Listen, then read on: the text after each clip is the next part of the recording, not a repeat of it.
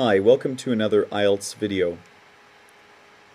Today we are looking at how to feel confident when speaking. If you find this video helpful, I encourage you to visit my website at IELTS.com. The question of how to feel more confident when speaking is something that I am asked regularly, both in my online classes and in my classroom.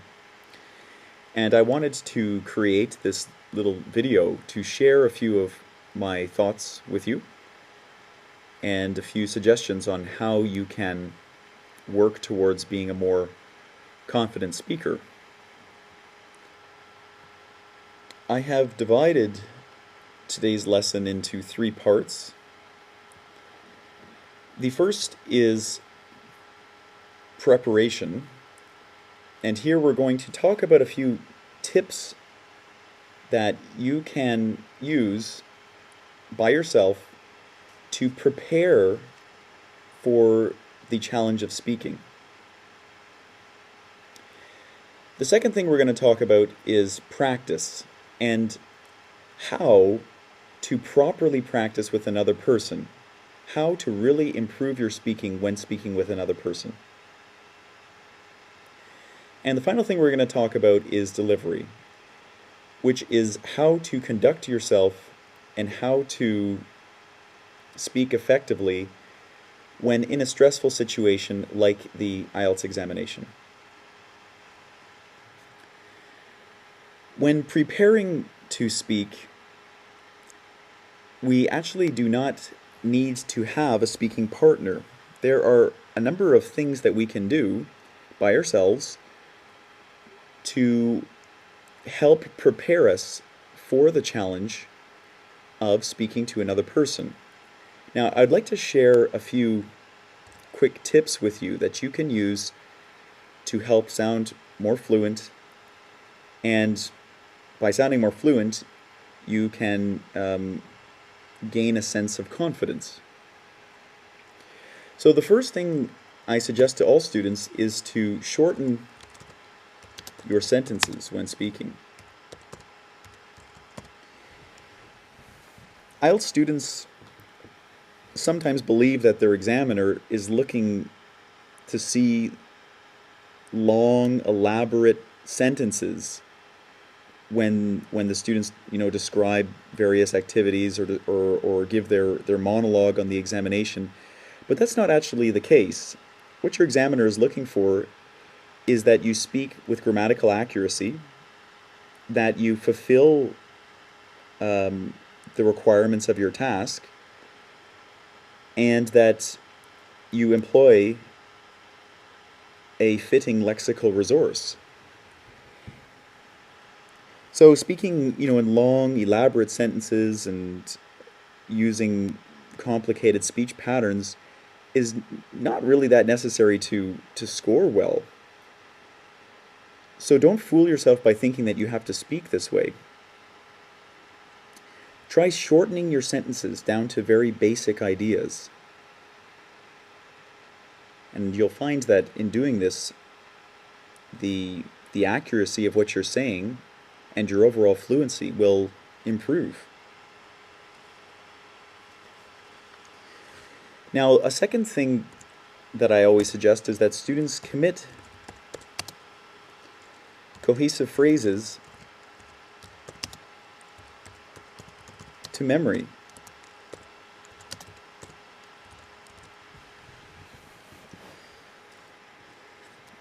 So what this means is that you make an effort to learn many different ways of linking ideas together.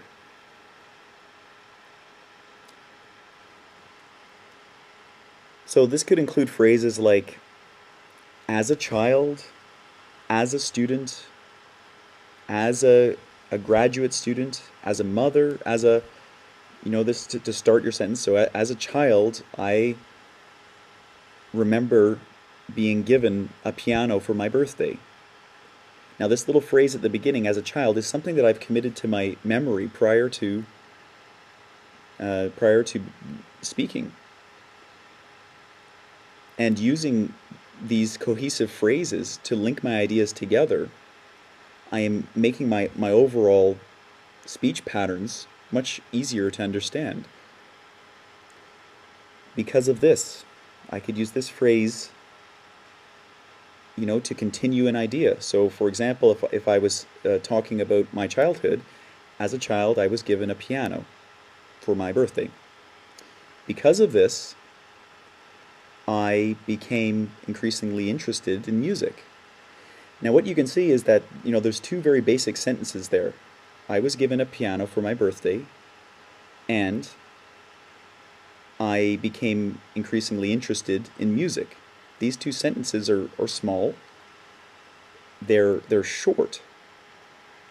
But all I'm doing is I'm adding some cohesive phrases to the beginning of them to make, the fluency of the two sentences much easier to understand. So now, when I speak, you can see the relationship between the two ideas.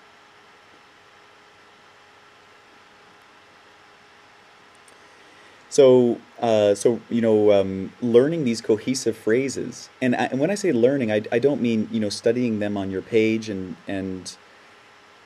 just doing it like that. I mean, by yourself in your bedroom, repeating, because of this, because of this, because of this, because of this, as this shows, as this shows, as this shows, as a child, as a man, as a teacher, as a student.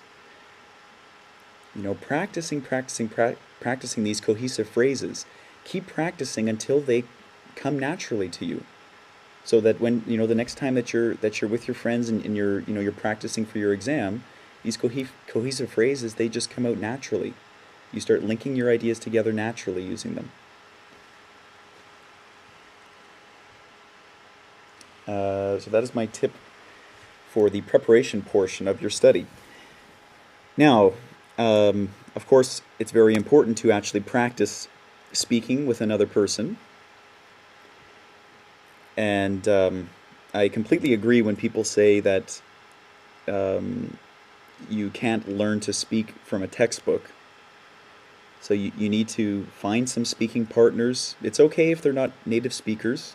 Of course, it's better if you can find people that are perhaps more skilled than you are. But find people who are interested in the IELTS exam, who are going to take the IELTS exam, and practice your speaking with them. Now, when practicing your speaking,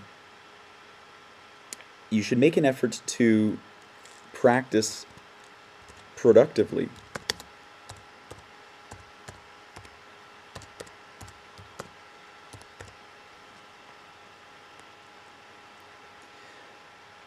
So, by this I mean practice real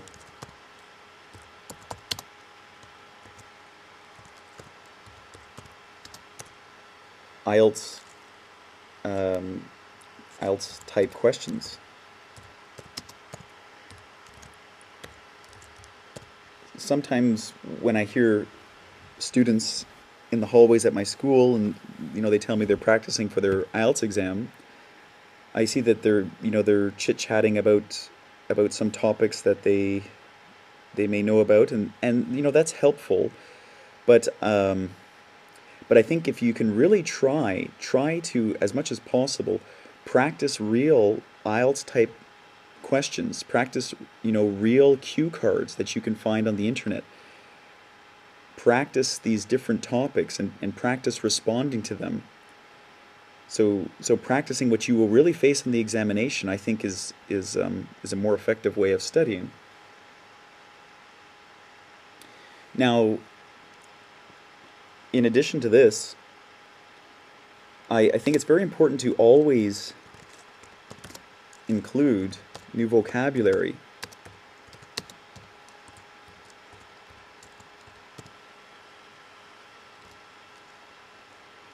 in your study sessions.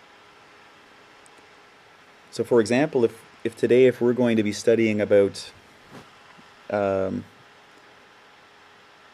speaking about our families, maybe we can find 4, 5, or 6 new vocabulary words, or perhaps some colloquial phrases that on the internet, and we can include these in our practice. And this is a great way to really learn to use different vocabulary words, and also to widen our lexical resource.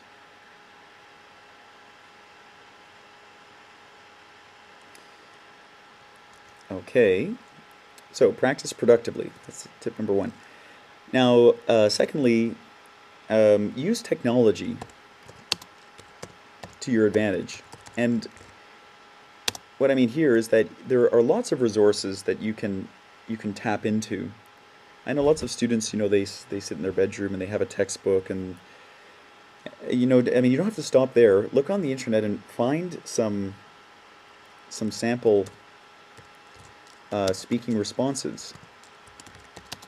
The BBC has some, the British Council has some. You can find transcripts often for these responses. And when listening to the responses, try as best you can. Try repeating. Don't just listen once. Listen multiple times. Go back. Repeat after the student what they're saying. Repeat, the phrases that they're using. Make notes of anything new that you come across. When using technology, record yourself when you're speaking. Record the way that you speak about your family. Record the way that you talk about you talk in a monologue. Record the way that you talk in a dialogue with a friend. Make notes of your weakness. Don't be shy to do these things.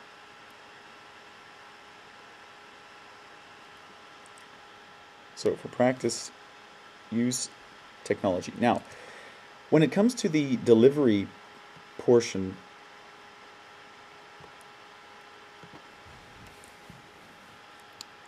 to become more confident, the very first thing is to go to the exam prepared. Go to the exam prepared. I know many students are probably thinking, of course, why would you even say this as a tip?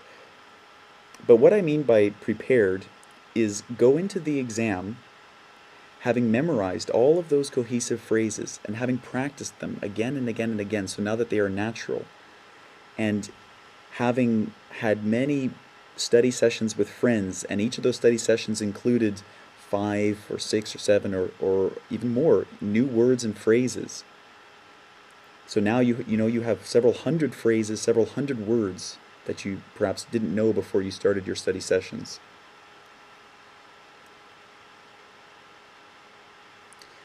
Go to the exam having finished at least 50 sample full speaking mock exams. This can be at school, this can be with your friend, this can be with a teacher, this can be even doing mock exams by yourself, for the monologue portion of the exam, recording yourself. When you get to the examination, there should be absolutely nothing that is new to you. You should have practiced pretty much every conceivable topic that the examiner could throw at you.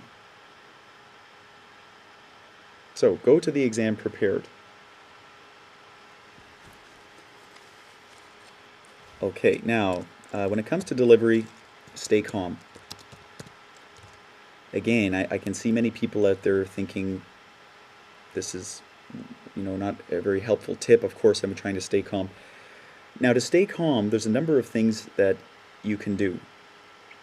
But the thing that I find works the best, and what students tell me works the best, and will make you look much more fluent, is to use pauses to increase your confidence. So if you're in the exam and you feel nervous, and for a moment you don't know what to say, just pause. Pauses are okay. Pauses are good. Just collect your thoughts and then deliver what it is that you are wanting to express. Now, there are differences between good pauses and bad pauses. Bad pauses are pauses between each word. I mean, this makes you sound kind of robotic. It makes you sound, like you're not a very fluent speaker. Good pauses are pauses that show the way your speaking would be written. How would it be punctuated? So that means that, if this was a written phrase, if there was a comma, I should be taking a moment for a breath and then continuing my thought. So anytime that you feel nervous, just take a moment and just pause and collect yourself. This will help.